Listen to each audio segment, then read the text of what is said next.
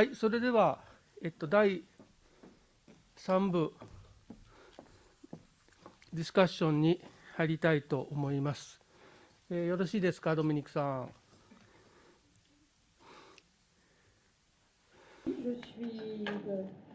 Voilà, je suis en train de m'installer. はい、はい、ごゆっくり。Merci beaucoup, c'est gentil. はい、それでは、ディスカッションに先立ちまして、今日は、お二人のディスカッサントにお願いをしております。まず、はじめのディスカッサント、岡橋純子さん、です。よろしくお願いします。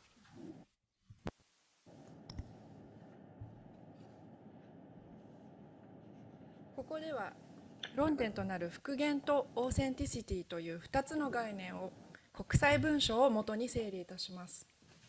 その後、概念を交差させ、復元プロセスにおけるオーセンティシティとはどのようなものであるのか、皆様のそれぞれの専門的見地からご議論いただければと思います。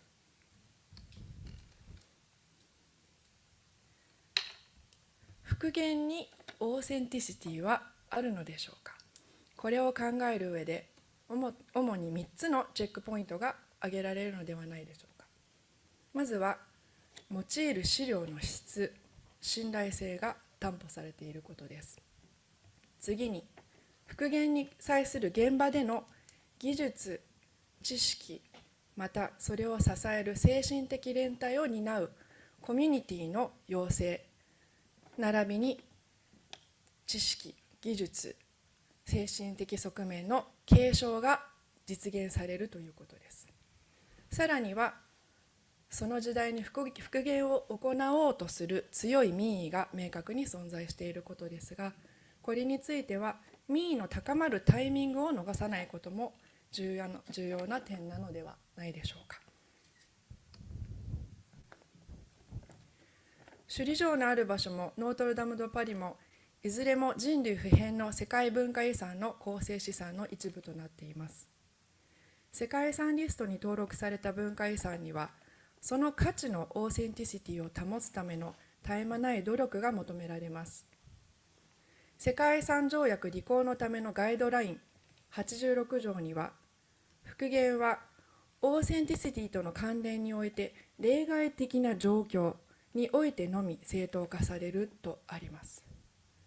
そして推測に頼らないため、完全で詳細な資料に基づくことが条件とされています。それでは例外的な状況とは何でしょうか。国際文書の一つとしてリーガ憲章を挙げます。文化遺産におけるオーセンティシティと歴史的復元に関するリーガ憲章です。ここにはそのような例外的状況として4つの状況が文書の中に挙げられています。まず、場所の存続のために復元が必要なため、場所の存続ということです。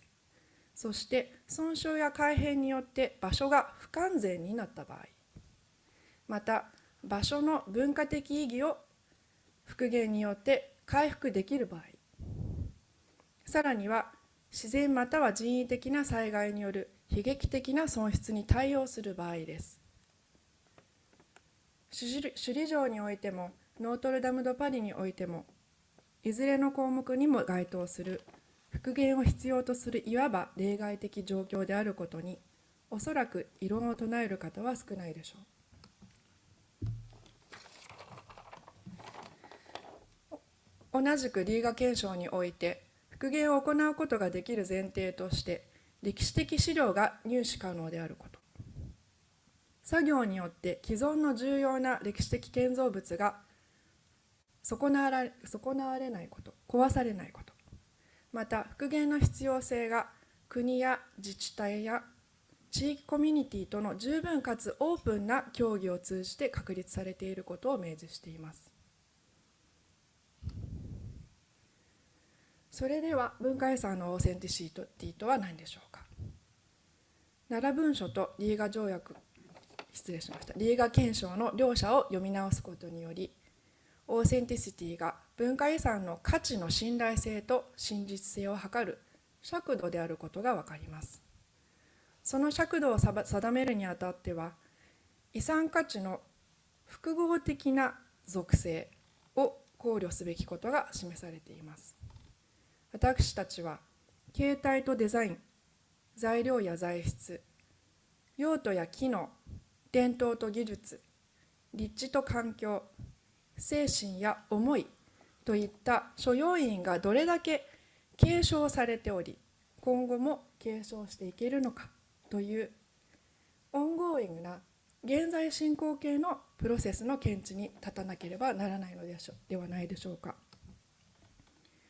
ここでの議論への挑戦ともいえる視点もテキストの中にあります。先のリーガ憲章では、レプリカという言葉が出てきます。すなわち、文化遺産のレプリカは、過去の記憶、過去の証拠をその通り示すものとはならない。また、新建築によっても、場所の文脈は維持でき、建築作品とは、それが創造された時代を反映すべきものであるという文言です。建築創造が時代を反映するという意味では、資料に基づく復元の実践を選択した場合でも、そのオンゴーイングなプロセスそのものにオーセンティシティが見出せないものでしょうか。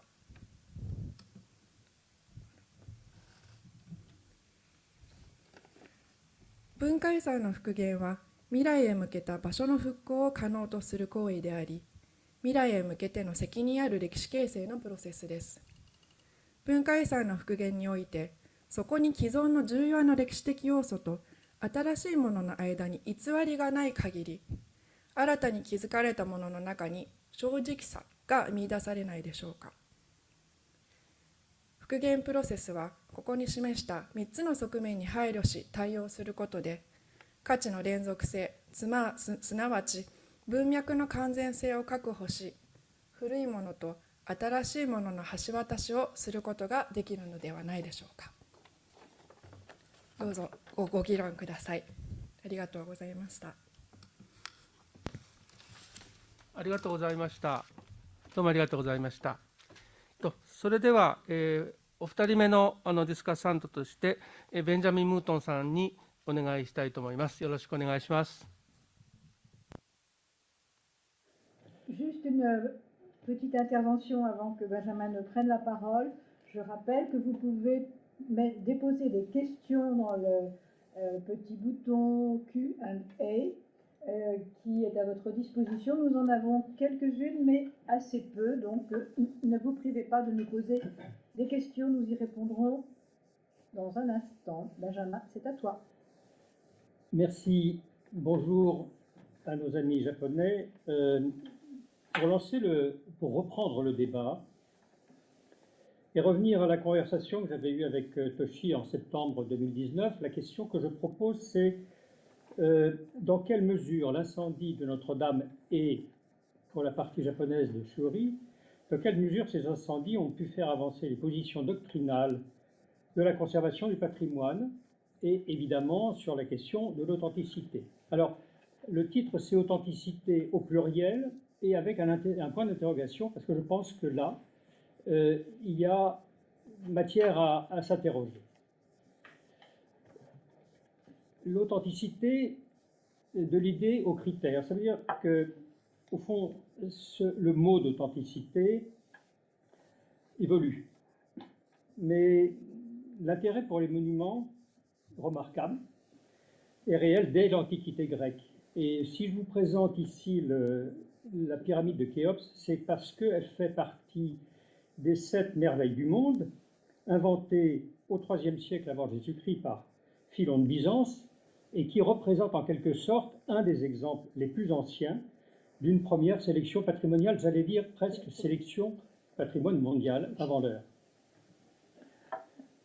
L'intérêt croissant pour les bâtiments historiques se consolide en Europe dès le début du XIXe siècle et apparaît assez vite la nécessité de faire naître des règles doctrinales sur le plan international.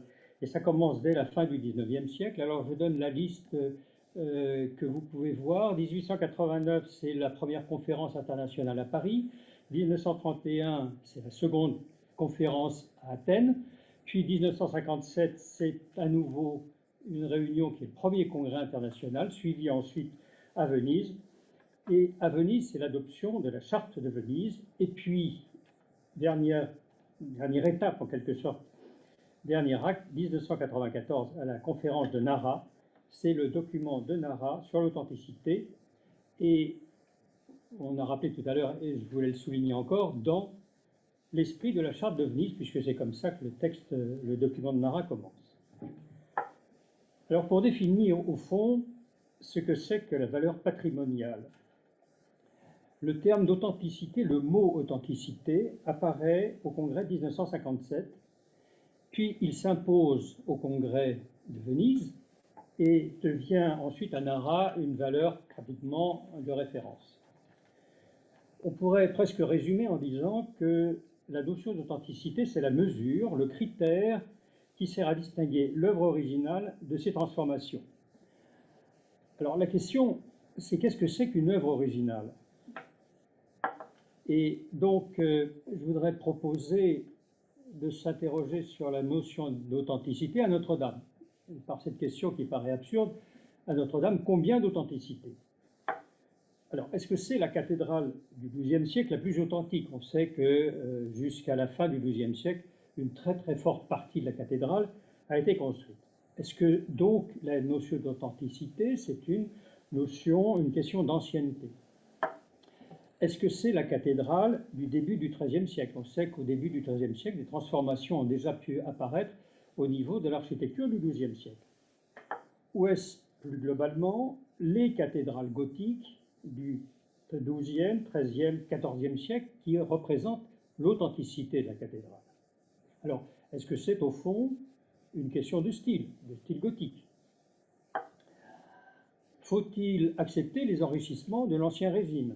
Mais à ce moment-là, il faudra accepter aussi les mutilations simultanées. Est-ce que c'est la cathédrale d'avant les travaux du XIXe siècle? Est-ce que c'est une question de pureté, de virginité en quelque sorte? La valeur architecturale est-elle mieux ou moins bien servie par la restitution du XIXe siècle? À gauche, le portail à la fin du XVIIIe siècle, à droite, le portail restauré par Viollet-le-Duc. Quel est le plus authentique des deux et lequel, au fond, sert le mieux l'architecture? Dans ce cas, est-ce qu'il faut répudier les interventions du XIXe siècle, les chefs-d'œuvre de charpente que le XIXe siècle a produits? Faut-il revenir à l'image de droite? Doit-on dérestaurer Viollet-le-Duc? Et doit-on aussi dérestaurer les réparations d'aujourd'hui, puisque chaque réparation, en altérant l'authenticité matérielle, altère en quelque sorte l'authenticité de l'édifice? Alors, la question c'est à quelle heure doit-on arrêter l'authenticité? Et par conséquent, à partir de quelle heure on doit condamner la cathédrale à ne plus vivre dans le temps des hommes? On voit bien que, en fait, de toutes ces interventions, réparation, restitution, ce sont des substances historiques et matérielles qui doivent être acceptées dans le champ de l'authenticité. Substances, matérielles et historiques. Les deux paramètres, au fond, qui semblent définir l'authenticité. Donc, ça veut dire qu'on doit accepter toutes les étapes historiques et tous les gestes qui ont été apportés à chaque étape. Mais la valeur patrimoniale, ce n'est pas qu'une question d'histoire et de substance matérielle. Elle est aussi culturelle, artistique, littéraire, fantastique, imaginaire, brillante, célébrée, à succès populaire, et profondément faite de valeurs immatérielles et vivantes. L'authenticité patrimoniale est aussi bien matérielle qu'immatérielle. Elle est moins scientifique peut-être que culturelle, et son champ doit rester très ouvert. Alors, comment définir ce que pourrait être une authenticité post-trauma? Peut-être aborder d'abord une information qui est importante. Notre-Dame a été classée monument historique en 1862, c'est-à-dire pratiquement à la fin des travaux de Viollet-le-Duc. Ce qui veut dire que les travaux de Viollet-le-Duc sont rentrés dans la valeur patrimoniale de Notre-Dame. Et puis Notre-Dame a été inscrite au patrimoine mondial en 1991 au titre des rives de Notre-Dame. Bon. Ceci, c'est en quelque sorte le champ juridique qui existe, qui persiste, et qui doit orienter probablement nos décisions. Mais je reviens sur la notion d'authenticité. Après 18 mois de travaux de sauvetage, non-stop, jour et nuit, et bien plus encore d'études et de recherches sur le plan doctrinal, sur le champ doctrinal, grâce à la documentation et aux connaissances les plus complètes, dont vous avez eu tout à l'heure une énumération extrêmement succincte, mais très révélatrice. Au fond, il n'y a plus d'hypothèse, il n'y a plus d'inconnu pouvant s'opposer à la restauration. Sur le champ technique, tous les matériaux, tous les savoir-faire les plus compétents sont disponibles, mais aussi davantage. Devant l'immense vague d'émotions que l'incendie a provoquée dans le monde, toute nation, toute confession confondue, il est clair que Notre-Dame n'est plus seulement un monument historique français, mais mondial. Et notre obligation à nous, Français, est énorme. Il est donc clair que Notre-Dame doit renaître dans son état d'avant l'incendie. Il ne s'agit plus ici d'authenticité absolue, puisque la charpente et une partie des voûtes ont disparu. Et leur restauration exacte, c'est le retour d'une partie de cette authenticité. Ne pas la rétablir, ne pas reconstituer les charpentes médiévales qu'on connaît parfaitement, les couvertures de plomb, ne pas reconstruire la flèche de Viollet-le-Duc, c'est au fond altérer l'authenticité du monument.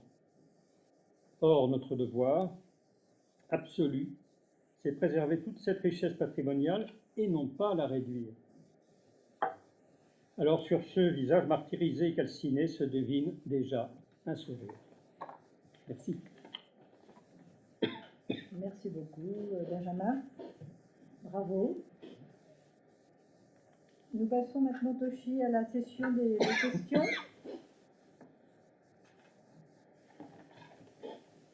Est-ce que tu veux commencer les questions, Toshi?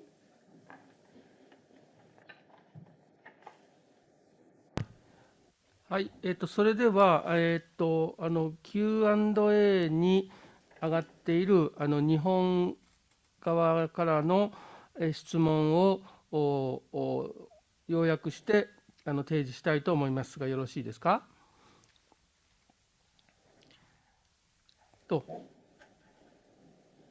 はい、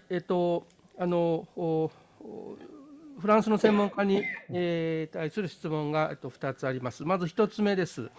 瓦礫と遺物の区別というのは大変面白い視点だと思いました。で、これに関して、遺物の調査が終わった後、これは、やはり遺物であり続けるのか、あるいは調査が終われば瓦礫になるのかという一つ質問です。から2つ目の質問は、遺物ではなくて瓦礫も売れないのか、売れないのならそれはどういう理由なのかという、質問が来ています。で、これに関するコメントですけれども、瓦礫であっても、あるいは捨てるものであっても欲しいと思っている人は、気持ちでノートルダムとつながりたいと思っているのではないだろうか。日本では、例えば古くなった瓦を大修復をするときに瓦を取り替えるわけですけれども、その時に瓦をドネートする、瓦を寄付する、お金を寄付して、で瓦を買うお金を寄付する、でその瓦に自分の名前を書いて、その名前の書いた瓦を使って建ててもらうと。そういう広く行き渡ったプラクティスがありますけれども、そういうふうにこう気持ちでつながっていたいというのが、この瓦礫が欲しいという、瓦礫でもいいから欲しいという、その気持ちの部分があるのであれば、瓦礫でさえ売れないのはなぜなんでしょうかという質問です。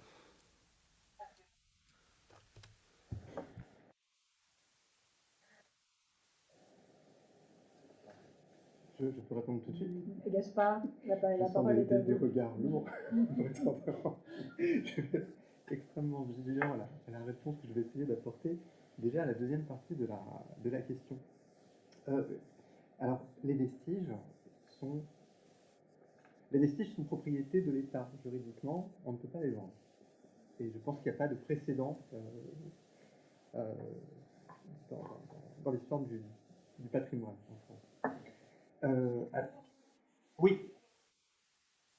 Alors, les vestiges sont la propriété de l'État français, on ne peut pas les vendre. Effectivement, on pourrait se poser la question, elle semble légitime pour les débris. Est-ce qu'on peut vendre des débris ou non?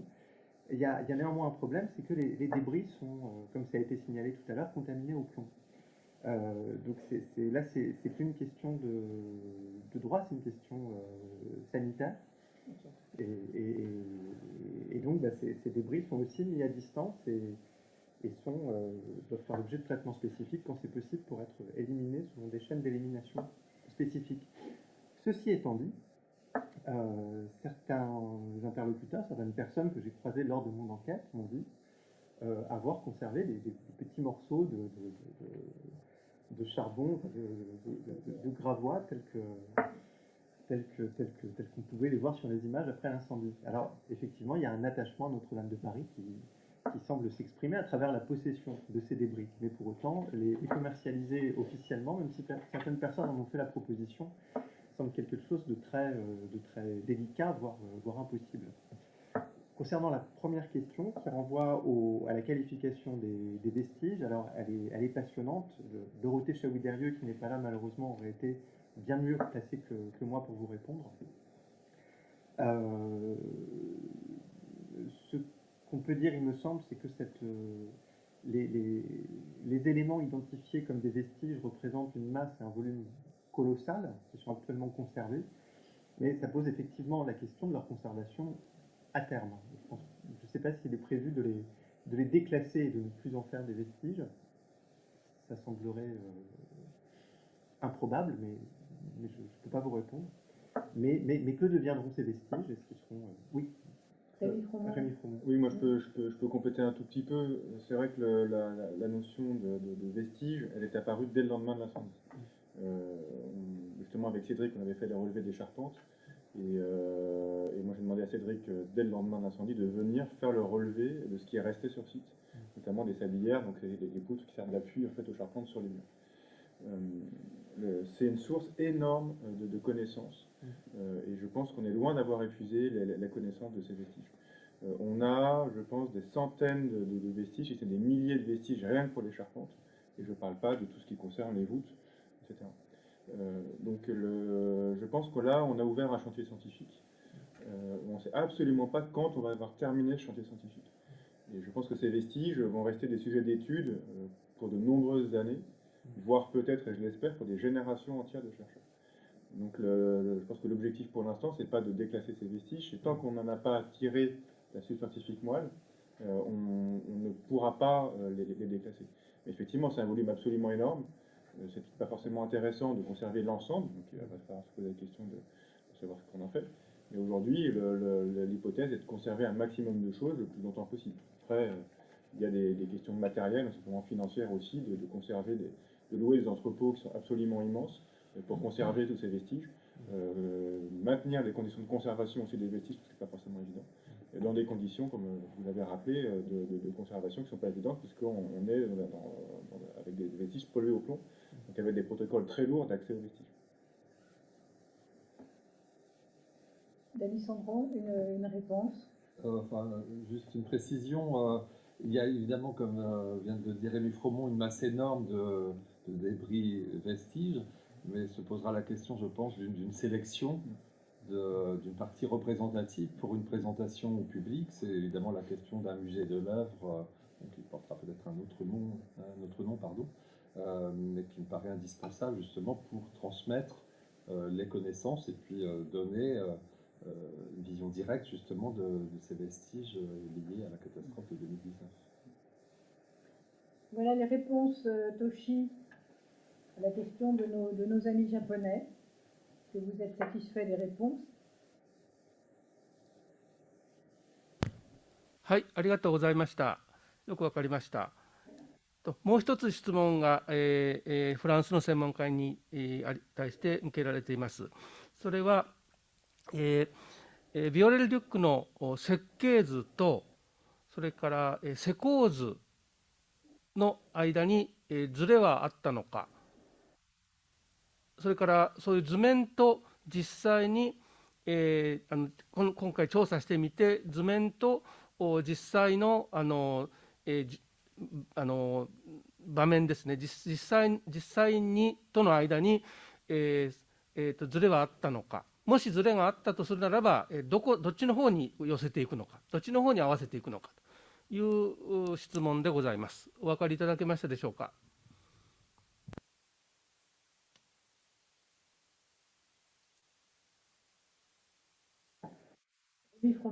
Alors, je vais commencer par ne pas répondre à la question avant de répondre à la question.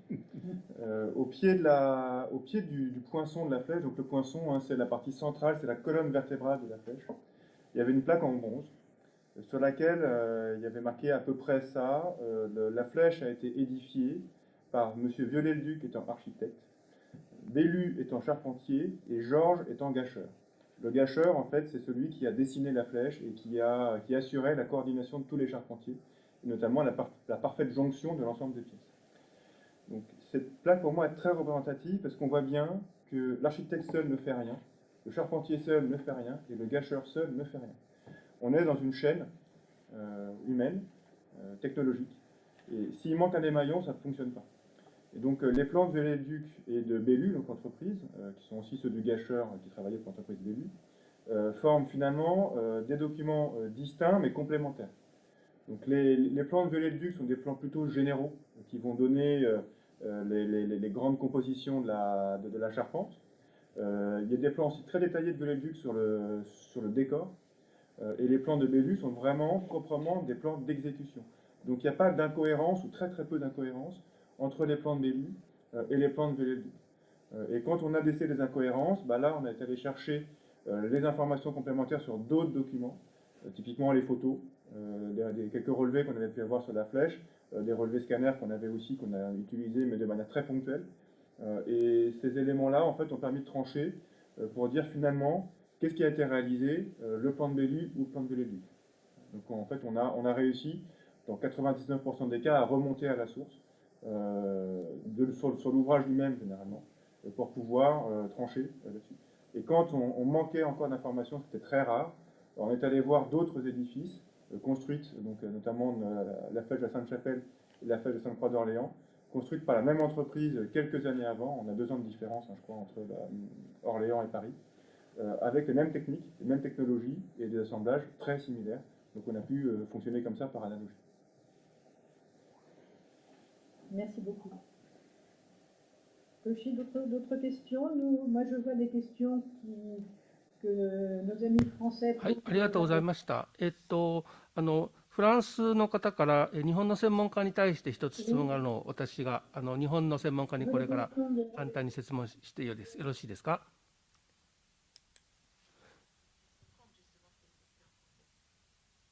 Voilà, d'accord, ok. Allez-y. はい、はいはい、はい、フランスの方からの、これは高良先生にお願いしたいと思いますが、首里城の復元にあたって、使われている木の種類ですね、どういうものを、何種類ぐらいあって、どういうものを使っておられるかというのを教えてください。はい、首里城、正殿のような中心的な建物にどのような木が使われたかと、実は昔の記録が結構残ってます。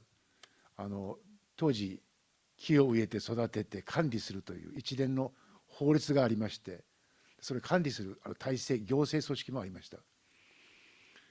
でしかし私の、報告で申し上げましたように、そのシステムが結局1879年で崩壊します。それ以降それを木を育てて、で次から次の時代につないでいくというその状況が不可能になりました。したがって前回の復元の時には昔の人が使った木、使る木は一つも見つからないということだったんですね。で例えばしかしその中で沖縄ウラジロガシと呼ばれている木があります。この木は今でも沖縄の山の中に育っています。しかしそこは今度は世界遺産にも登録されましたけれども、極めて重要な自然が残っている場所です。そこの木を切って首里城に使うということはやっぱりできないということだったわけですね。したがって前回の復元で使われた木は近いもので台湾で育った台湾ヒノキという木を使いました。それが前回の復元の中心的な特に構造材という一番中心の柱や梁に使ったというものは台湾で育った木で、今回の飾り焼けた新しい首里城をまた建て直すわけですけれども、その時のやっぱり木は特に一番中心的な柱や梁はやはり沖縄県内で見つからなくずに、これは今度は奈良県、奈良県で育った日本の産のヒノキを使うことになっています。ただし沖縄ウラジロガシという昔から使っていた木については、この世界自然遺産やその自然保護区以外の場所で見つかりましたので、それは2、3本ぐらいなんとか調達して使えそうだと、そういう目処が立っているという状況ですかね。はい、はい、ありがとうございました。今おっしゃったヒノキ、それから、ウラジロガシ、沖縄ウラジロガシ、それから先ほどプレゼンテーションでおっしゃいました、犬巻、こういう複数の種類の木が使われているということになります。今高良先生がおっしゃいましたように、沖縄は、世界自然遺産と世界文化遺産を両方持つ県だと思います。ぜひコロナが収まったらフランスの皆様沖縄においでください。もう一つ、フランスの方から日本の専門家に対する、質問がございます。それは金閣寺に関する、質問です。金閣寺のその庭か金閣から、庭を見るという機能は、その復元によって、閉ざされたわけですけれども、その機能が失われたことというのは社会的にはどういうふうに受け止められたんでしょうか。とっても大きななんていうか機能の損失あるいは機能の喪失というふうに受け止められたのでしょうかという質問です。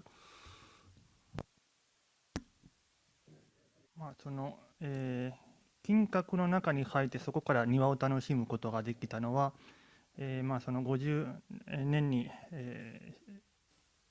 消失してしまう前の状態なので、その両方経験している人は今はもうそんないないんだろうというふうに思います。私ももちろんその後の状態しかわからないんですけども、確かにその建物の中から庭を眺望もできなくなったのは、それが一つ残念なことだと思います。で、それはやっぱり建物の維持のための金箔の維持のためにそういうふうになったわけなんですけども、金閣もやっぱり京都の中ですごい観光地なんですね。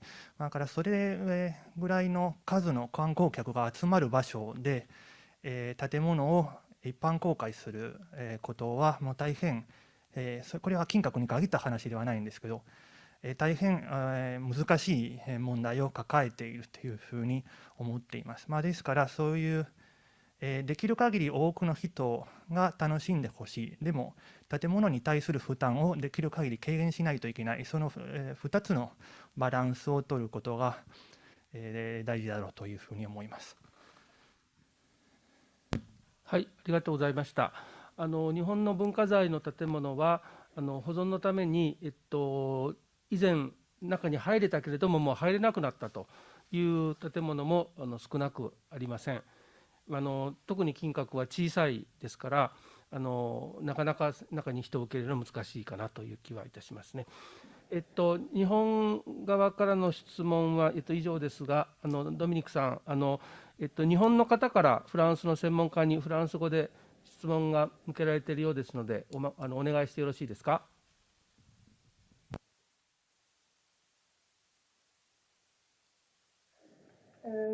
Oui, bien volontiers. Il y a une question technique qui s'adresse aux gens qui travaillent sur le chantier de Notre-Dame à propos des bois qui sont utilisés et du fait qu'on fait le débitage à la scie et non à la hache. Donc, il y a une question sur ce point-là. Apparemment, ça interroge des gens qui pensent que les charpentiers traditionnels récusent un peu cette méthode. C'est un vaste débat. Merci Rémi Fromond directement. Donc merci beaucoup pour cette question, parce qu'effectivement, on a beaucoup débattu autour de ces questions-là. Et la réponse va être un tout petit peu complexe. En fait, on avait trois ensembles avant incendie, hein, 2 ensembles gothiques nez-fait-cœur et un ensemble au milieu avec la flèche et les transepts. La flèche de Viollet-le-Duc et les transepts ont été taillés selon les méthodes du 19e, c'est des bois qui sont sciés. Donc la logique de la reconstitution, c'est de resscier avec des outils contemporains, mais qui vont exactement avoir les mêmes marques, ou quasiment les mêmes que celles du 19e, pour avoir les mêmes types de bois au final. C'est un peu plus subtil pour la nef et pour le chœur, où on sait qu'on va utiliser aussi pour la nef et pour le chœur des bois totalement verts, c'est-à-dire qu'on va couper le bois et on va le mettre en œuvre immédiatement. Parce qu'on s'est rendu compte que la capacité à résister dans le temps et les capacités techniques, structurelles des charpentes, sans rentrer dans le détail, sont meilleures pour les charpentes de type gothique quand on vient utiliser du bois vert directement au moment de la construction. Aujourd'hui, on a plutôt tendance à laisser sécher le bois quelques mois pour pouvoir travailler du bois, je dirais, semi-sec, qu'on appelle ressilié en français. Pour la nef et pour le chœur, on n'a pas du tout interdit la taille entièrement manuelle. On a préconisé, pour des questions notamment de délai, une taille mixte, c'est-à-dire qui préserve les qualités à taille manuelle. C'est-à-dire qu'on vient faire les premiers débits autour de la grume de bois à la scie, je dirais à ruban horizontal, qui permet de conserver, parce qu'en fait c'est un siège qui est très précis, et qui permet de conserver notamment les légères déformations des bois. Ensuite, on va venir débiter les derniers centimètres, donc on parle de couches d'environ 2-3 cm, manuellement, de manière à tenir 2 objectifs. Le premier objectif, c'est de conserver les capacités mécaniques du bois vert taillé à la hache, parce qu'on sait que c'est comme ça aussi que la charpente tient dans le temps, puisque la taille manuelle permet de conserver les fibres du bois, ce que ne permet pas le siège mécanique qui coupe en fait les fils de manière indifférenciée. Ça permet aussi de beaucoup plus facilement suivre la conicité des troncs, parce qu'on sait que les charpentes gothiques, les pieds, notamment des chevrons, donc les parties verticales en pente qui font la couverture, étaient plus épais, plus larges que les têtes, tout simplement parce qu'en fait on suivait la forme des bois. Et ça permet aussi évidemment de conserver l'aspect de taille, avec pour être au plus proche de ce qu'il y avait avant incendie. Et là-dessus, dans nos pièces écrites de consultation, là, qui doivent être en ligne actuellement d'ailleurs, parce qu'on est en train de consulter là, pour cette partie-là de la charpente, on a même mis des dessins, des outils qu'on préconise pour réaliser ces charpentes, avec des haches qu'on appelle des doloirs, qui sont des haches très spécifiques et très propres aux charpentiers français du XIIIe siècle. Les Allemands, à la même époque, n'ont pas les mêmes haches, les Anglais non plus. Donc on utilise en fait des outils très spécifiques et qu'on va réutiliser ces mêmes outils pour avoir la taille de finition, c'est pas le bon terme en fait, la taille d'approche autour des bois. Donc on va garantir à la fois l'aspect et en même temps les capacités mécaniques de la taille traditionnelle. Bon, voilà qui va rassurer notre interlocuteur qui se posait des questions. Toshi, je vois qu'il y a une question en japonais qui vient d'arriver, donc elle est mystérieuse pour moi. はい、わかりました。日本の参加者からの質問です。ノートルダム大聖堂の場合は、フランスの国有ですが、日本の場合に、お寺、それから神社、これは、国が所有することはできません。所有者はあくまで民間になります。でそれで、やはりその所有者の意向というのが、その保存にあたって、かなり大きい意味を持つことがあるということですね。で特にどの時点に復元するかということについて、実際のその宗教者の方の関心が高いと思うと。でその意味で、昨日のジル・ドゥルアンさんの宗教者としてのお立場からの報告はとっても興味深かったのですが、質問です。ノートルダムの修復の議論では、その宗教者の方はどれぐらい議論に関わられておられるのかという質問でございます。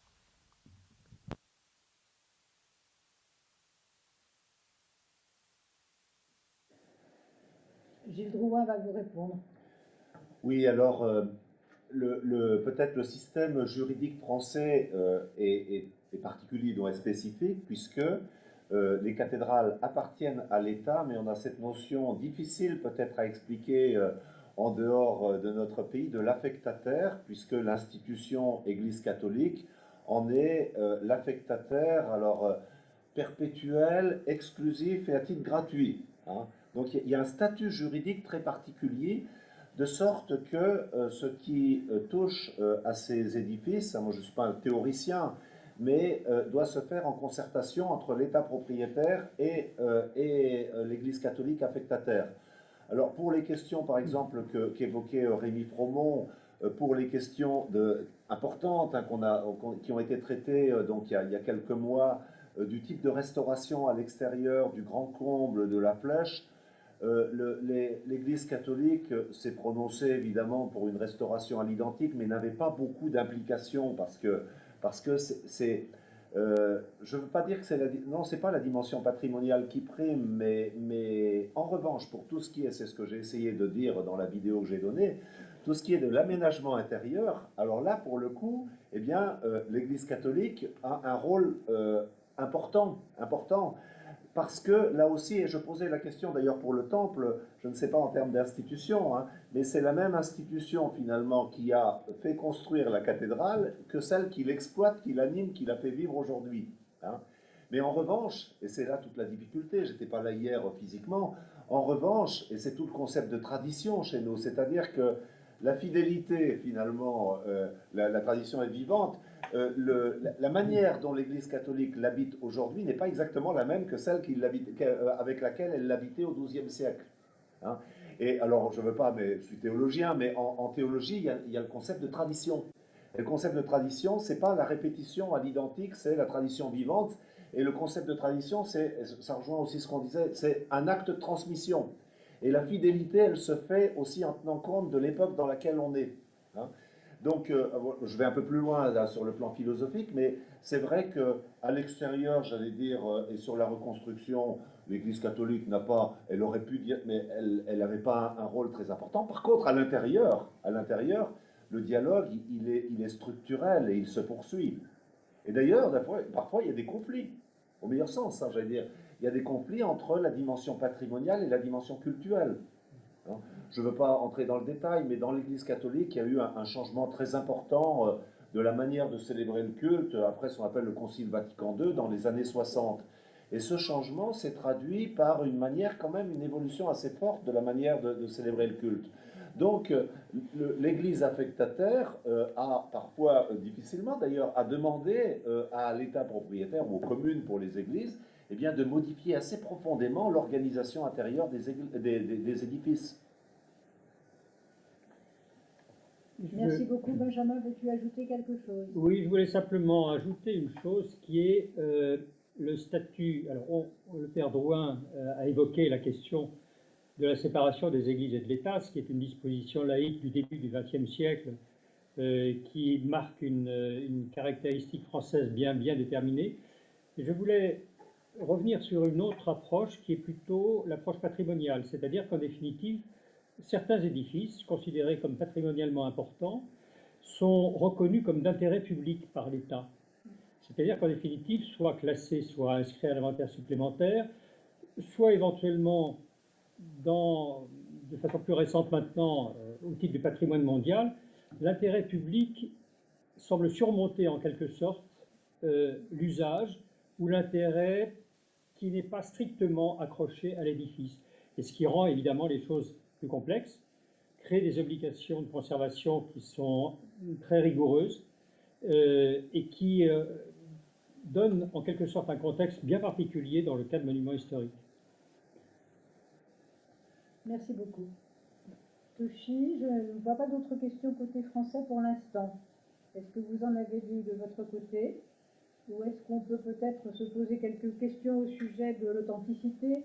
Il y avait des questions dans ce sens hier qui n'ont pas été traitées. 参加者のウェビナーの参加者の質問はありませんので、もしよければパネリストの間の議論ができればと思いますけれども、日本のパネリストの方からフランスのパネリストに何か質問ありますか。Absolument. Est-ce qu'on a des questions à poser côté français? Oui, Dany. Dany Sandron. Oui, pour revenir à de musée que j'ai évoqué précédemment, je me demandais si on avait conservé donc des bois de charpente donc abîmés par le feu, notamment au pavillon d'or à Kyoto ou à Nara ou à Shobi, et qu'on envisageait une présentation au public à moyen terme.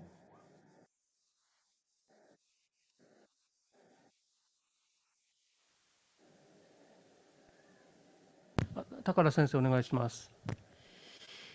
首里城の場合を少し説明しますと、瓦礫か異物かという問題一応置いといて話しますと、基本的に3つのパターンがあります。一つはちゃんと異物としてきちっと保存すべきものがまず一応とりあえずグルーピングしてありますね。もう一つは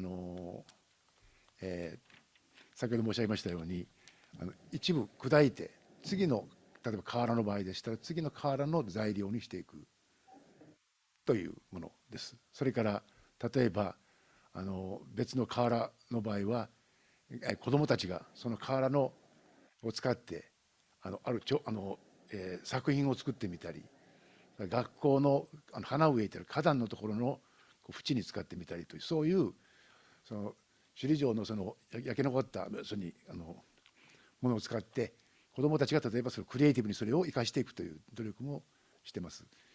3タイプ目をですね、遺物としてそういった考古学の資料を収める場所のほかに要するに大事な資料として遺物として保存してちゃんと伝えていくという形の保存の仕方も3タイプがあるということです。ですから、その間に一応みんなに首里城の焼けた状態を見てほしい、現場でも見れますし、それから一部仮設の資料館を作ってありまして、そこで行ってその焼けたものの状態をどれぐらいの被害だったのかと、それを確認できるような展示も今行っているという状況ですかね。はい、よろしいでしょうか。それでは、岡橋さんから、フランスの専門家に。岡橋さんから、フランスの専門家に質問があります。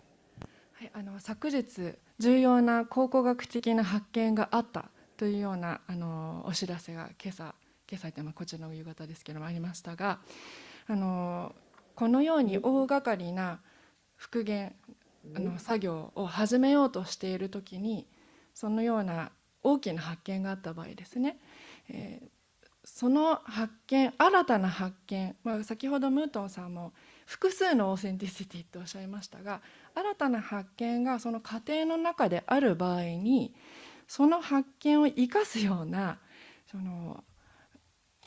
計画の修正ですとか、どっちかというと見せ方の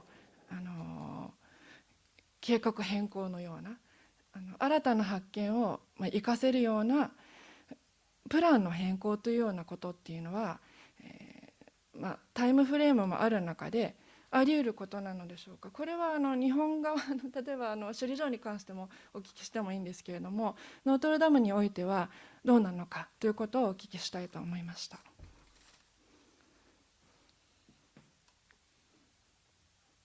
Merci infiniment de cette très excellente question.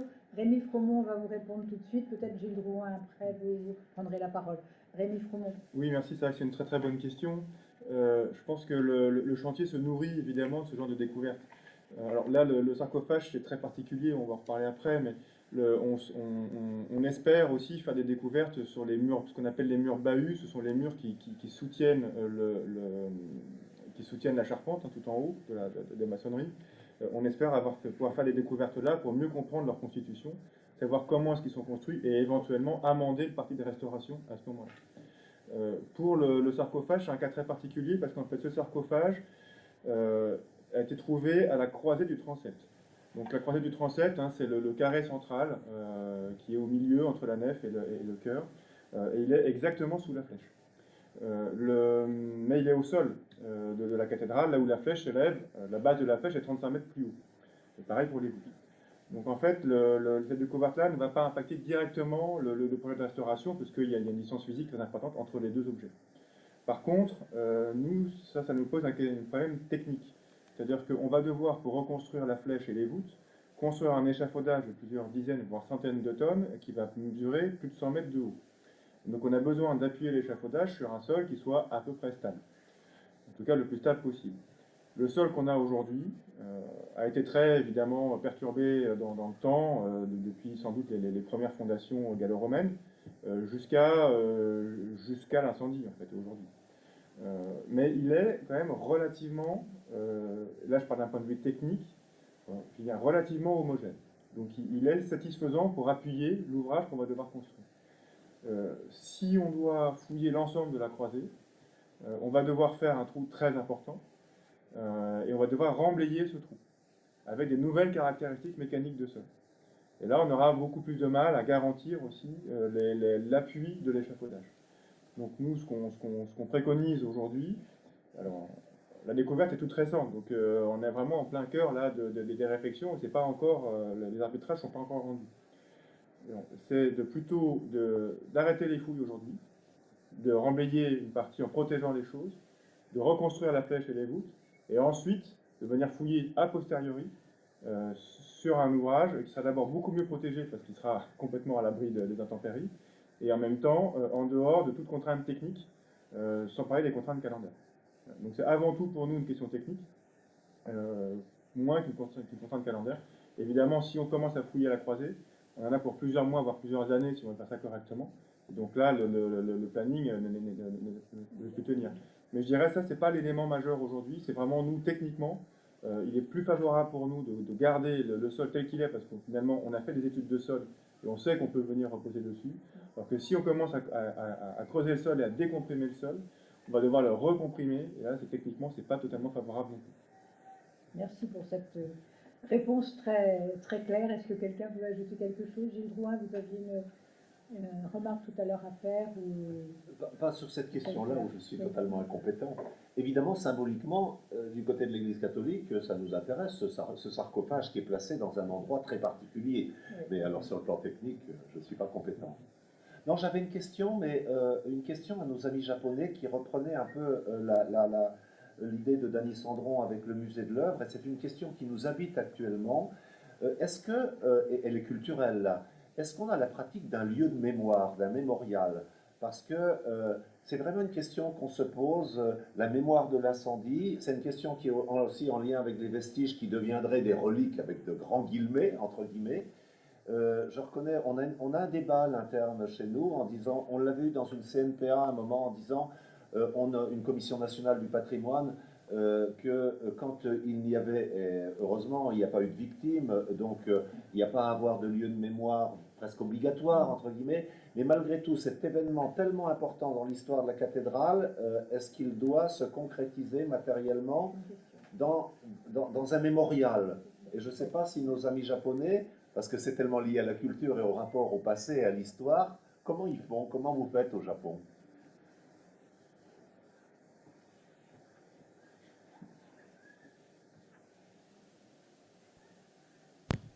これはどなたがお答えになりますか。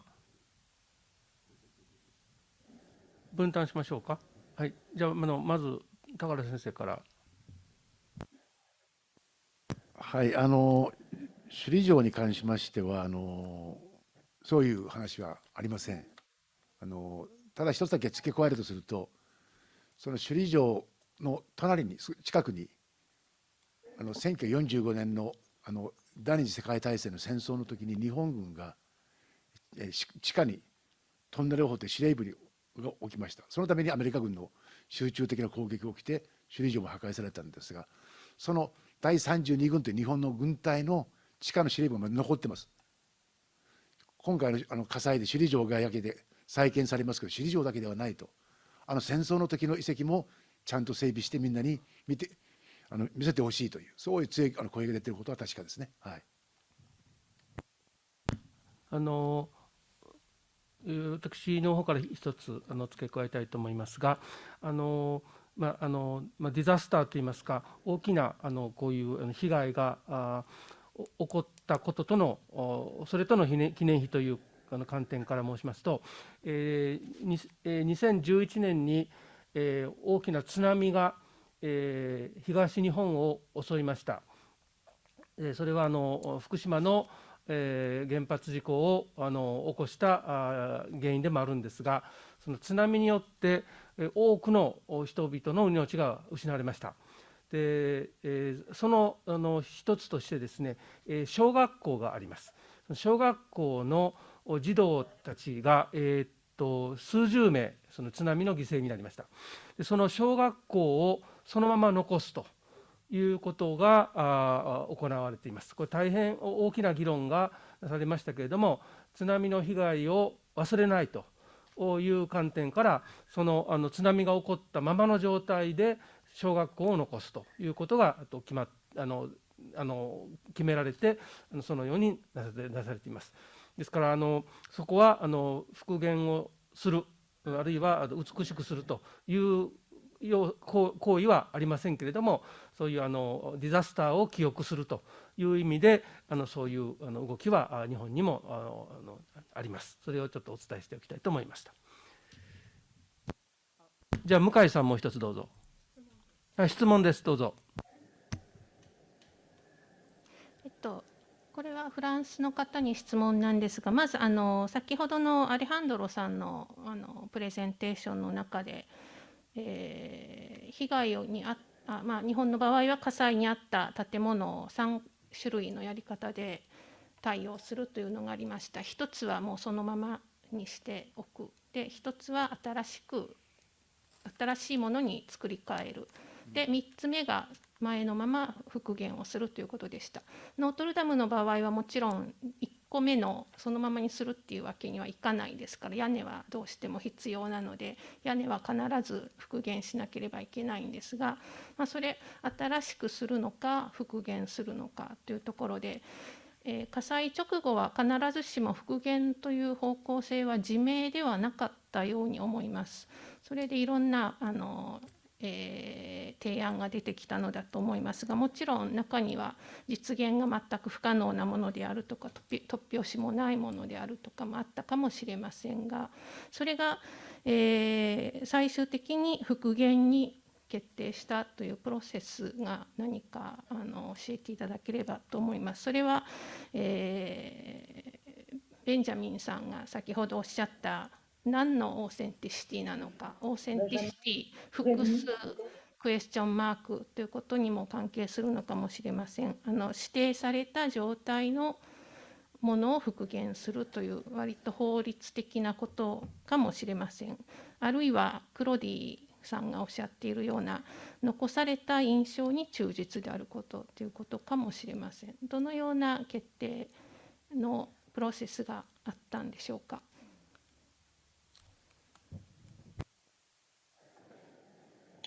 Benjamin Mouton va vous répondre. Rémi Fromont ensuite. Je vais commencer par donner un premier élément de réponse. En fait, il est évident que la protection monument historique de la cathédrale et son inscription au patrimoine mondial détermine une intégrité de la cathédrale sur laquelle s'appuie donc toute orientation en matière de conservation, c'est-à-dire en fait de restauration. Restauration, reconstruction, on ne va pas rentrer dans les termes parce que ça va être un peu long, mais le caractère déterminant des choix est bien celui-ci, c'est-à-dire la notion d'intégrité. Sur l'intégrité et la définition de l'intégrité, évidemment, elle contient une grande part, sinon la totalité, de l'authenticité.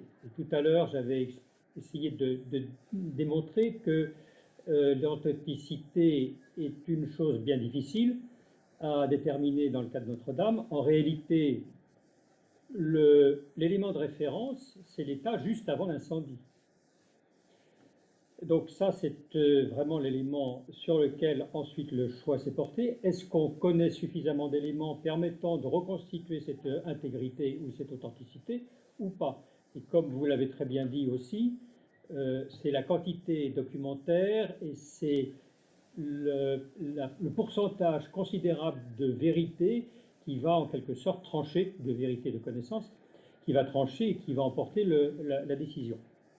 Donc sur la question de l'authenticité, reliée à la question de l'intégrité, reliée à la question de la connaissance et reliée aux obligations patrimoniales, je pense que là, on a déjà un ensemble qui a déterminé assez fortement les orientations. Maintenant, je vais laisser la parole à Rémi Fromont parce que je n'ai pas assisté à tous les débats comme lui a pu le faire et je pense que là il va être intéressant de voir comment l'esprit a évolué dans cette réflexion générale. Oui, merci Benjamin, c'est pour compléter ce que tu as dit, parce qu'effectivement c'était très... on est exactement dans ce processus-là. Bon, d'abord, en France, on a un processus juridique pour valider les projets aussi importants que Notre-Dame. Ça veut dire que, pour schématiser, les architectes, donc il y a un architecte en charge de l'édifice, c'est Philippe Villeneuve, qui nous a appelé, Pascal Prenat et moi, pour l'aider dans la lourde tâche de d'abord sécurisation puis après de la reconstruction de la cathédrale. Donc l'architecte en charge de la restauration propose un ou des parties de restauration à la Commission nationale du patrimoine et de l'architecture, la CNPA. C'est cette commission qui émet un avis à l'intention du ou de la ministre par rapport notamment au cas d'espèce que représente le projet.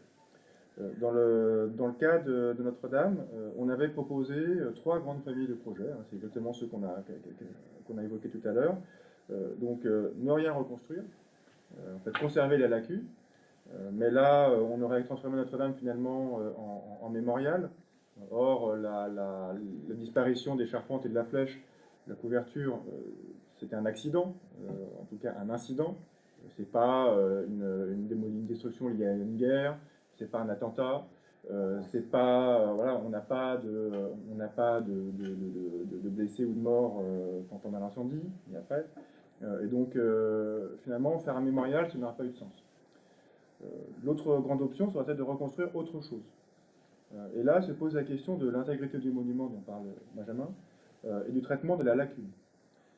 En fait, on s'est rendu compte que la cathédrale Notre-Dame de Paris, c'est une œuvre totale depuis la construction au XIIe siècle jusqu'aux grandes restaurations de Viollet-le-Duc.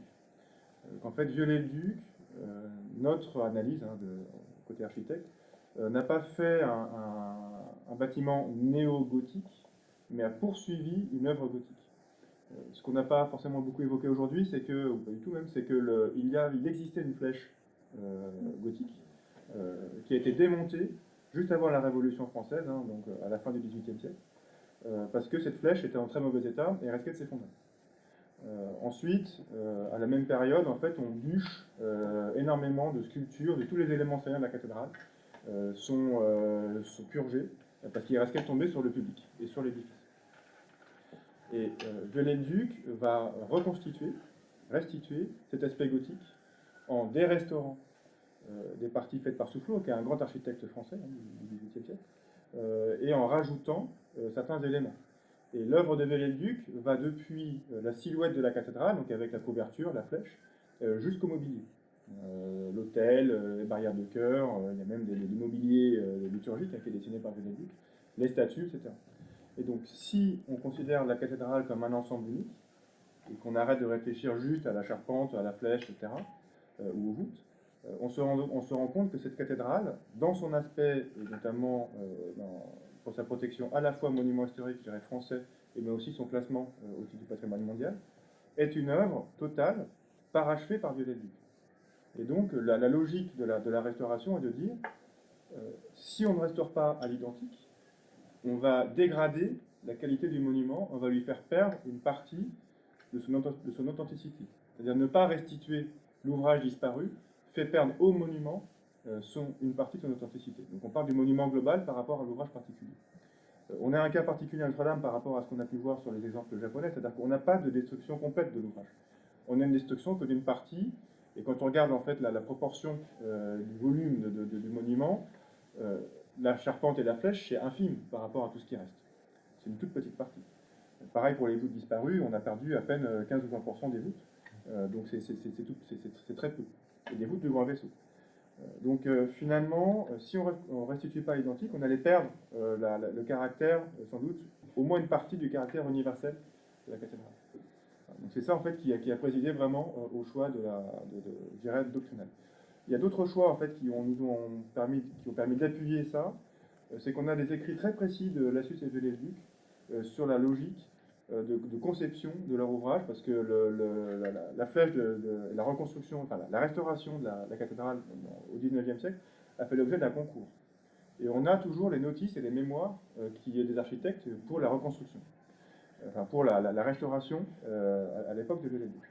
Donc dans les années 1840, là, quand Viollet-le-Duc et Lassus gagnent le concours, ils expliquent très très bien que pour eux, la flèche doit être reconstruite en bois, impérativement. Et donc le matériau est absolument indissociable pour eux de la forme. Et on le voit bien dans l'ouvrage qui a été construit par Viollet-le-Duc, c'est que si on change le matériau, on change la forme. Et c'est ça aussi qui a fait, comme on voulait garder la silhouette, notamment pour conserver la protection patrimoine mondial, on devait impérativement reconstruire avec les mêmes techniques et les mêmes matériaux. Donc c'est ces éléments-là qui ont permis de faire ce choix. Merci infiniment pour cette réponse. Nous arrivons au bout des questions. Toshi, de votre côté, est-ce que vous avez d'autres questions ou pouvons-nous passer maintenant aux séquences de clôture et de conclusion de journée fort intéressante? はい。質問ではありませんが、高良先生から一言ご発言の希望がございます。この場を借りてお伝えした方がいいと思うんですが、実は首里城の正殿という中心的な建物に関して、実は新しい資料がフランスから提供されたんです。2年前です。1877年という年に、その2年後にはもう琉球王国が滅んでしまう。滅ぶ2年前にフランス海軍が琉球に来てまして、そのフランス海軍のキャプテンだったルベル・テガという人が撮影した写真が確認できました。それがフランスの子孫の方が保存していた。何人かの研究者の努力によって、そのフランスの子孫の方がその写真を我々に提供してくれました。その写真を分析して、より新しい事実を今検討中であるということです。そういうフランスから大変にで現在首里城に関する一番古い写真がこのルベルトが撮影した写真だと、それが提供されたことをお伝えしておきたいと思います。はい。はい、ありがとうございました。ドミニクさん。Merci beaucoup pour cette remarque qui nous touche énormément. On peut dire que la coopération franco-japonaise en matière de patrimoine remonte à déjà pas mal de temps. Et ça, c'est une très belle chose. Merci infiniment. Peut-on passer la parole au général Georges Lin maintenant, Toshi? Il est connecté à nous, donc il est tout à fait prêt à intervenir si vous le souhaitez.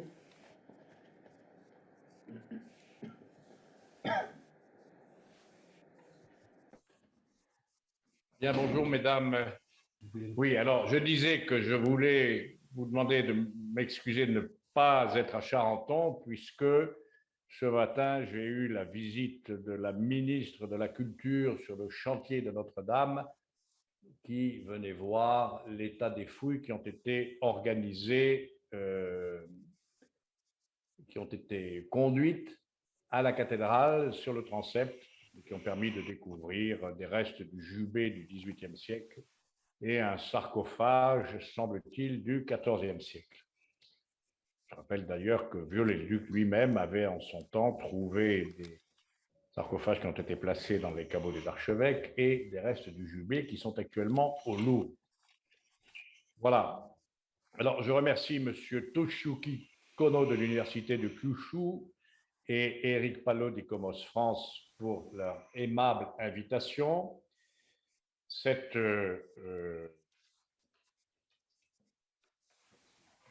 réunion, vous avez tout fermé. Cette réunion qui met en parallèle le destin tragique de 2 monuments du patrimoine mondial est l'occasion de constater que les incendies récents ont mis sur le devant de la scène la question éminente de la préservation de ces chefs-d'œuvre dont nous ne sommes que dépositaires et que nous devons transmettre. Et à la place où je suis actuellement, je souhaite évidemment que la restauration de Notre-Dame de Paris soit l'occasion de prendre la mesure de cette urgence. Avant toute chose, la présence nombreuse d'auditeurs japonais à une heure tardive pour eux me donne l'occasion de rappeler ce que Notre-Dame de Paris signifie. Et on a toujours les notices et les mémoires des architectes pour la reconstruction. Aux yeux du monde. Vous-même entretenez un lien particulier avec elle, puisque quand les Français vont à Tokyo, ils sont très fiers de voir que la façade de la mairie de Tokyo est inspirée de la façade de notre cathédrale parisienne. L'incendie qui a frappé le 15 avril 2019, il y a bientôt 3 ans, notre cathédrale a ému le monde entier. La France est très reconnaissante des marques d'affection qui, de tous les pays, lui ont été manifestées à cette occasion. Et nous avons pris conscience à cette occasion de ce que la cathédrale faisait partie de nos vies, et d'abord en France, bien sûr, et que ce chef-d'œuvre de l'art appartenait en fait au monde entier. Beaucoup d'entre vous, évidemment, connaissent Notre-Dame grâce aux arts et à la littérature, notamment avec le roman du même nom de Victor Hugo et la comédie musicale, qui ont connu un grand succès au Japon. Mais Notre-Dame, c'est d'abord une cathédrale, c'est-à-dire un lieu de culte catholique, et c'est à cette destination que nous allons la rendre. À ce titre, elle était ouverte à tous, accueillant plus de 13 millions de visiteurs par an, ce qui en faisait, dit-on, le site le plus visité d'Europe avant l'incendie. Pour nous, Français, Notre-Dame est aussi un haut lieu de notre histoire, capable de rassembler toutes les composantes de notre nation. Sans doute le couronnement de Napoléon Bonaparte ou les obsèques de Louis Pasteur au XIXe siècle qui ont eu lieu illustrent cela. Notre-Dame de Paris est donc un monument qui nous dépasse tous, c'est ce qui explique le choc provoqué par cet incendie, mais surtout l'incroyable énergie qui s'est mobilisée pour restaurer la cathédrale. Restaurer Notre-Dame de Paris, ce n'est pas remonter pierre sur pierre. L'incendie a révélé la valeur de la cathédrale qui n'est pas celle de la pierre ou du bois, mais celle du temps, de la mémoire et de la beauté. Voilà qui nous demande à nous, en charge de la restauration de cette cathédrale, beaucoup d'exigences et bien sûr d'abord beaucoup d'humilité.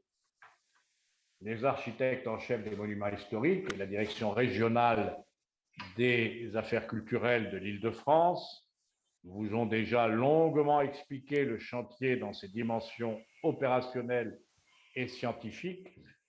Il me revient de dresser pour vous un bilan du projet et de tracer quelques perspectives sur la restauration. Alors d'abord, un bilan du chantier. Au lendemain de l'incendie, nous avons été rassurés de voir que la cathédrale avait survécu. Elle n'avait perdu que sa flèche, sa charpente, sa couverture et une partie de ses voûtes. Pour le reste, elle était intacte, y compris les 1300 œuvres d'art qu'elle renfermait. Avant d'entreprendre sa restauration proprement dite, ce à quoi nous nous attelons actuellement, il a fallu sécuriser la cathédrale. Cette tâche a occupé les compagnons pendant 2 ans. Il s'agissait d'opérations complexes, le plus souvent inédites, menées sous le régime de l'urgence impérieuse, notamment l'évacuation et la mise en sécurité de toutes les œuvres d'art, l'installation de 28 cintres sous les arcs-boutants et de 62 demi-cintres sous les voûtes, le démontage de l'échafaudage sinistré qui avait été monté autour de la flèche dans le précédent chantier, soit 200 000 pièces pesant 200 tonnes, le démontage des 8000 tuyaux du Grand Orgue, le plus fascinant orgue probablement d'Europe, la pose de 1300 tonnes d'échafaudage à l'intérieur du monument pour supporter les voûtes et procéder à la restauration. Et c'est une véritable cathédrale de fer que nous avons construite pour soutenir la cathédrale de pierre. En parallèle, nous avons activement, bien sûr, préparé la restauration grâce aux études réalisées par les architectes en chef ou grâce aux tests menés sur des sujets précis comme la restauration de 2 chapelles. Désormais, on peut le dire, la cathédrale est solide sur ses piliers et prête pour sa restauration. C'est ce à quoi nous nous attelons depuis l'automne 2021. La restauration est résolument engagée, elle monte peu à peu en puissance au gré des appels d'offres qui désignent les entreprises qui en sont chargées ou qui en seront chargées. Maintenant, quelle perspective? D'abord, les choix de restauration. Vous le savez, ça a été abondamment débattu dans vos débats. La restauration consistera à restaurer à l'identique la flèche, la charpente du grand comble et sa couverture. Ce choix privilégie la fidélité à la forme du monument et une restauration de la cathédrale dans son dernier état, complet, cohérent et connu.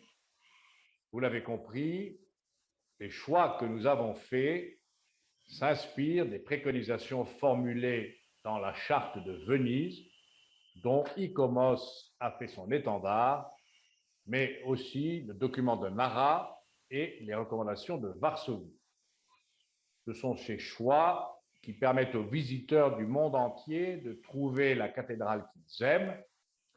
Ils garantissent en effet l'authenticité, l'harmonie et la cohérence de ce chef-d'œuvre de l'art gothique. Une fois la cathédrale sécurisée, une fois les choix patrimoniaux pesés, à l'identique donc, la restauration peut suivre son cap, ouvrir la cathédrale au culte et à la visite en 2024, soit 5 ans après l'incendie, conformément à l'objectif fixé par le président de la République. Je suis pleinement conscient pour la tenue de cet objectif. Chaque jour, je dis bien chaque jour, matin, midi et soir, comme encore ce matin avec les archéologues, je me bats pour le maintien de cet objectif. Nous ne devons pas laisser cette cathédrale hors de sa raison d'être, c'est-à-dire le culte catholique, plus de 5 ans.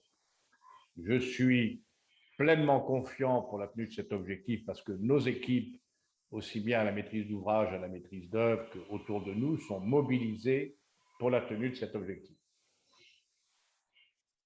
À côté de ce délai extrêmement contraignant, la deuxième particularité de ce chantier est son financement intégralement assuré par plus de 340 000 donateurs venus du monde entier.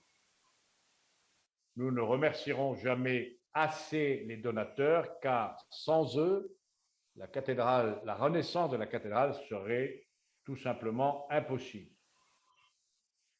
Ce nombre de donateurs et la somme que nous avons récoltée, plus de 840 millions d'euros, c'est le record absolu de la philanthropie en France et je crois en Europe.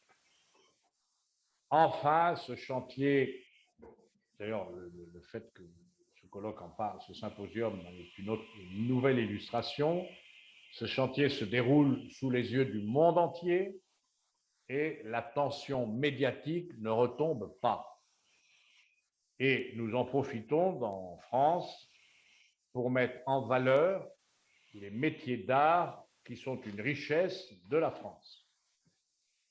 Tout à fait sensible que grâce à ce chantier, nous sentons un nouvel intérêt dans notre jeunesse pour ces métiers d'art.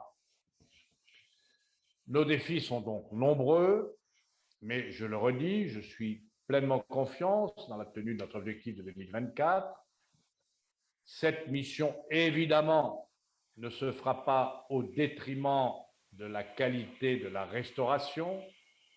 Bien au contraire, l'excellence nous accompagnera jusqu'en 2024, notamment grâce à la mobilisation de nos architectes renommés, de nos compagnons, des services de l'État et bien entendu du diocèse catholique de Paris. Tous se mobilisent pour relever ce défi. Il y va de l'honneur de la France. Les Italiens avaient promis de reconstruire le pont de Gênes en 2 ans. Ils y sont parvenus. Nous serons nous aussi à la hauteur de l'attente du monde entier de retrouver ce joyau du patrimoine mondial en 2024. C'est pourquoi, malgré la distance qui nous sépare les uns des autres aujourd'hui, je vous donne rendez-vous en 2024 dans une Notre-Dame de Paris qui aura retrouvé toute sa splendeur, plus belle même qu'avant l'incendie. Merci.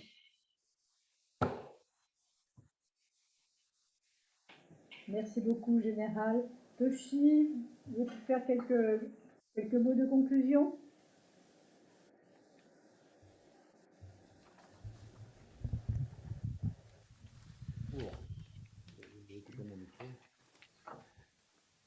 ジョルジョラン将軍、どうもありがとうございました。2019年11月にベンジャミン・ムートンさんに伴われ、エリゼ宮にある将軍のオフィスをお邪魔しました。その時、展覧会のアイデアについて説明させていただきました。将軍は、面白いアイデアだ、頑張ってください、と励ましてくださいました。今でも忘れられない思い出です。どうもありがとうございました。パネリストの皆様、活発なご議論ありがとうございました。また、2日間にわたりご参加いただきましたウェビナーの参加者の皆様、2日間にわたって行われましたプレゼンテーションと議論はいかがだったでしょうか。昨日のシンポジウム第1日目の後、ウェブ展覧会をご覧いただく時間があられた方、ご感想はいかがでしょうか。気候変動による大規模自然災害や意図的破壊など人為的な原因により、残念ながら文化遺産の被災は今後も発生すると言わざるを得ません。復元は多層的で長期にわたるプロセスです。莫大な費用もかかります。しかし、人々に未来に向かう力を与える絶大な効果があるということも分かったように思います。オーセンティシティの議論も多様に発展していくと期待されます。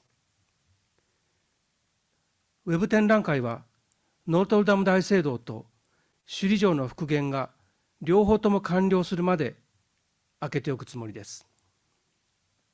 そして、もし可能なら、アップデートし、今日のようなシンポジウムをまた企画できればとも望んでいます。が、本日はこれにて閉会したいと思います。お別れを申し上げる前に、イコモスフランスの皆様、学術委員会の皆様、2年間にわたりご協力いただき、本当にありがとうございました。心から御礼申し上げたいと思います。皆様、またお目にかかれることを楽しみにしております。どうもありがとうございました。Merci beaucoup Toshi pour ces paroles si gentilles et merci à vous pour la magnifique organisation de ces 2 journées. Vraiment, bravo le Japon, vous avez fait quelque chose de tout à fait remarquable. On en est très touchés. Merci beaucoup à vous tous.